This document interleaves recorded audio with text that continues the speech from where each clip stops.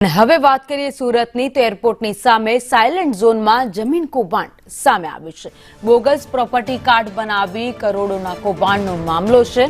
મોટા બિલ્ડરોની ભાગીદારી પેઢી સામે આવી છે તો સમૃદ્ધિ કોર્પોરેશનના ભાગીદારો મનહર કાકડિયા આરોપી બન્યા છે તો પ્રકાશ આસવાની લોકનાથ ગંભીર સામે सीआईडी क्राइम में गुनो दाखल करायो छे। समृद्धि कॉर्पोरेशन सामे सीआईडी क्राइम में गुनो दाखल करवामां आव्यो छे।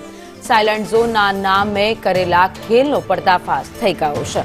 વધુ અપડેટ સાથે સંવાદદાતા આઝમ અમારી સાથે જોડાઈ ગયા છે। આઝમ, સુરતમાં વધુ એક કૌભાંડ સામે આવ્યું, સાયલેન્ટ ઝોનના નામે આખો ખેલ ખેલાયો।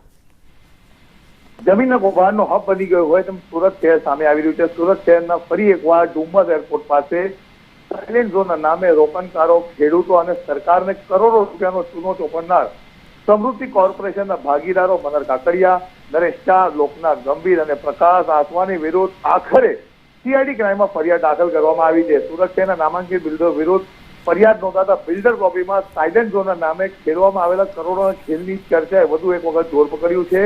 હાલ આ બાબતે હવે તપાસ શરૂ થઈ છે અને જે બિલ્ડરો છે તેમને કેવી રીતે ગેરરીતિ કરી છે તેની તપાસ કરવામાં આવી રહી છે। પરંતુ મહત્વની વાત જે સામે આવી છે કે મૂળ ખેડૂત આઝાદ રોમાલિયાની જમીનના બોગસ પ્રોપર્ટી કાર્ડ બનાવી સાયલેન્ટ ઝોનના રોકાણકારોના દસ્તાવેજ બનાવી આપ્યા હોવાનું સામે આવી રહ્યું છે। જી, આભાર માહિતી માટે।